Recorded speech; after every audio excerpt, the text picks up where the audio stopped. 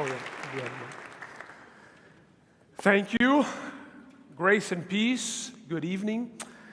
Our gospel exposition comes out of the book of Ephesians, chapter 6, verses 10 through 13. You can read it along with me. Finally, be strong in the Lord and in the strength of his might. Put on the whole armor of God, that you may be able to stand against the schemes of the devil. For we do not wrestle against flesh and blood, but against the rulers, against the authorities, against the cosmic powers over this present darkness, against the spiritual forces of evil in the heavenly places. Therefore, take up the whole armor of God, that you may be able to withstand in the evil day, and having done all, to stand firm. This is the word of the Lord. Well, we're gathered today and the next couple of days to share the hope that the Holy Spirit may light up a gospel movement in the cities of North America for the decades to come. But this is what we know, that everything that's great is not cheap. Everything that's good comes with a cost. And so we must expect that. We must expect opposition. These verses are part of the closing statements that the Apostle Paul makes to the church in Ephesus, a church that he had planted in his second missionary journey. In Acts 19, we learn that this church was planted under much opposition, but they persevered, and they eventually became a resource church for their region, and they were able to catalyze a gospel movement in Asia Minor, training leaders and deploying leaders to plant churches. They bore a huge impact in their region. And if we desire to have the same outcome, we should expect the same opposition. The Apostle Paul writes this letter 10 years after planting that church, and it was still hard to be a Christian in Ephesus. And the Apostle Paul, obviously, in these verses, he reminds them in a sobering way that that's something that they should expect. It comes with the territory because they have an enemy, and it's the same enemy that we have. They were at war. We are at war. But then he encourages them, assuring them that the victory is secure. He reminds them that they have an enemy. It's the same enemy that we have. In verse 12, he says that, for we do not wrestle against flesh and blood, and I'll summarize here, but against the spiritual forces of evil in the heavenly places. Now, if you take this statement from the Apostle Paul and you put it in the context of his life story that we read about in Acts of the Apostles and everything that he has written up to this point, we know that the Apostle Paul is not over-spiritualizing things. The Apostle Paul had been verbally opposed.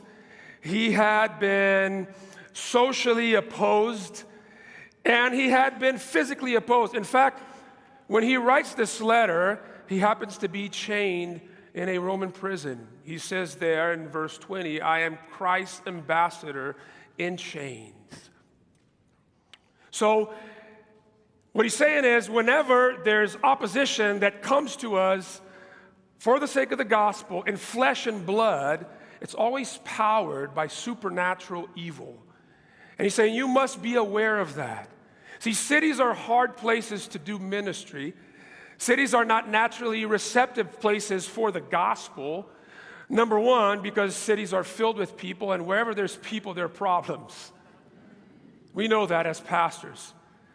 But then secondly, we believe in the doctrine of total depravity, which teaches us that the human heart does not have a natural disposition towards God, that the human heart is naturally hostile to God.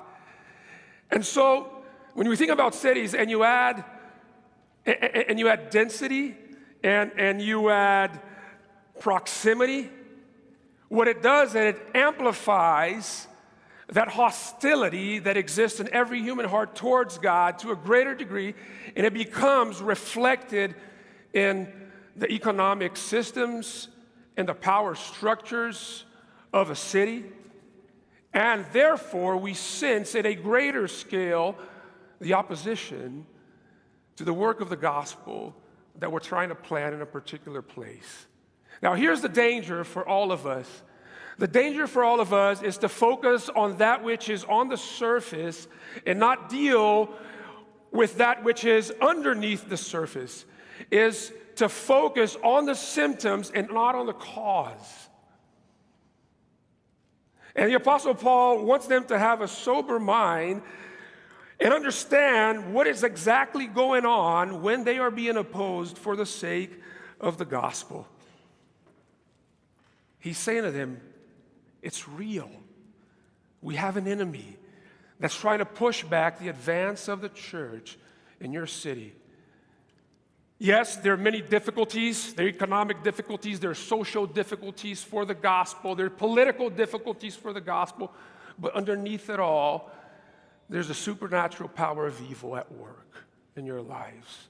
And you must be aware of that. I remember 10 years ago when my wife and I, Beth, we moved to Miami, I sensed the spiritual darkness in that city in a way that I haven't sensed in a long time. But it's sort of like going into a jacuzzi, right? Or sipping on a hot drink. You know, you step into a hot jacuzzi and the water's so hot that you immediately take your foot out of the pool. But then you put your foot in slowly and then your other foot, and then, you know, all of a sudden you're there and it becomes comfortable. Because we live in a city, because we live in a culture that explains everything in a scientific way, we forget many times of the forces that are at work against the advance of the gospel in our cities. And we are at war. The Apostle Paul, he speaks of the nature of this conflict, of this war that we are engaged. Want it or not, believe it or not, you are at war. That's what he's saying. He's saying to us as well. The word that he uses here for wrestle is the word agonia, where we get the word agony from. And it gives us a picture of a close-range combat, much like two wrestlers. I said that I was going to bring the jiu-jitsu on my Devo. It's like two wrestlers on the ground fighting for their lives. And you can hear the breathing and you can feel the sweat and the pressure on you. You know, like Jessica said, I practice and I compete in Brazilian Jiu-Jitsu. And I remember several years ago, probably 9 years ago or so, when I took my first Jiu-Jitsu lesson, I went into the gym, and at the very end of the class, because in every Jiu-Jitsu class you spar, the instructor had me spar against this 240-pound Samoan who happened to be very experienced in that martial art. And I remember for the next 5 minutes, going through an suffocating experience. It feels like you're drowning. Not only because I couldn't get from underneath him, but because he anticipated all my moves and he was always 3 steps ahead of me. See, the Apostle Paul, when he says what the devil is, he has these schemes. The word is methodia. He's a methodic enemy. He doesn't have and apply the same strategy for all of us. He customizes. Like Keller likes to say, he's not doing hardware nor software, middleware. He's the best contextualizer. He preys on our weaknesses, the weaknesses of our culture and our cities, so that he can bring about destruction. And so what the Apostle Paul is urging them is, number one, do not underestimate this enemy.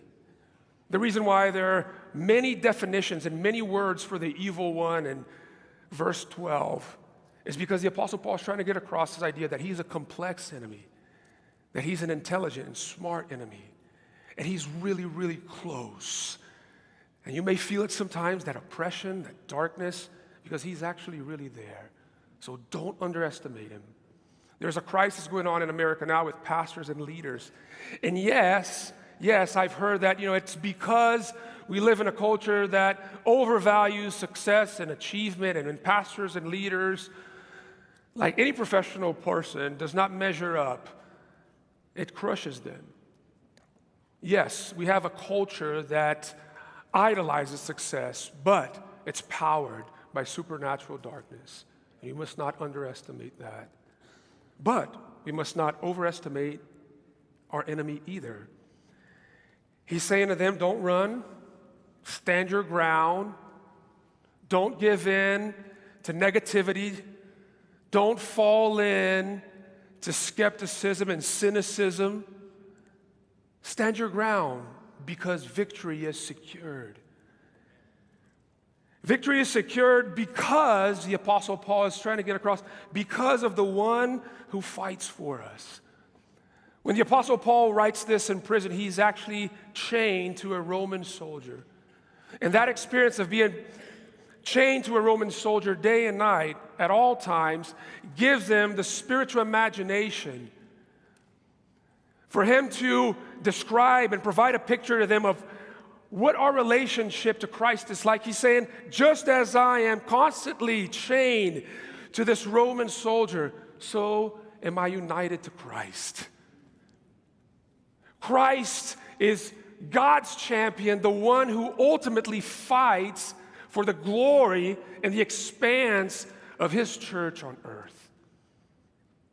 You know, every time that I personally feel tired or stressed, close to a burnout in ministry, why is it? It's because I'm not taking in the promises of verse 10. I am fighting in my own strength, and I am not being strong in the Lord and in the strength of his might. I'm relying on my own strength. Listen, no one loves the church more than Jesus.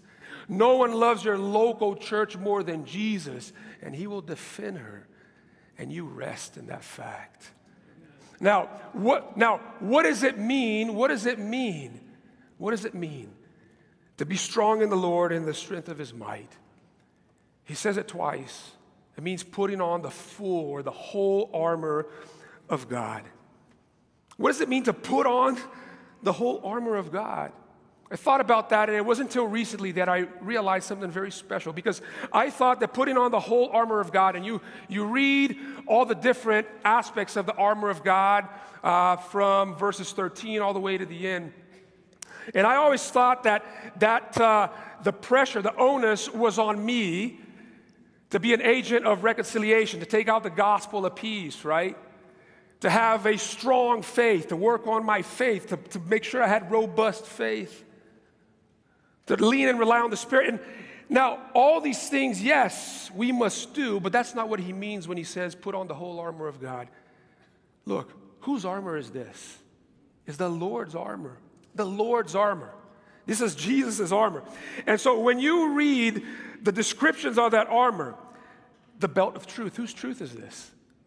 Jesus' truth. It's not my truth that I'm supposed to wear. Whose righteousness is he talking about? The righteousness of Christ, not my righteousness. Whose faith is it? In chapter 2, he says that faith is a gift from God. It's a gift from God to me. It's his that he gives me. Whose salvation? Salvation is of the Lord, says Jonah. Whose spirit is this? The Spirit of Jesus that he has promised to send us. And whose gospel of peace is this? His gospel of peace. And you know what? This is extremely good news to us. Extremely good news to us. Because he's offering us a resource that we're able to put on, to wear, so that we can withstand the attacks of the enemies in our lives and in our churches. And this is only possible, it's only possible that he gives us his armor to wear because Jesus was willing to wear our flesh. Because Jesus wore our flesh, we can wear his armor. Now, it's interesting that when we are dealing with gospel obstacles in our cities, we put on the armors of theologians, we put on the armors of business leaders, we put on the armor of philanthropists, and it's almost like David when he received Saul's armor, it didn't fit. If you put on these armors, They will not withhold you or withstand against the attacks of the devil. But if you put on the gospel as an armor, you will withstand. So put on the gospel, church, and stand. Amen.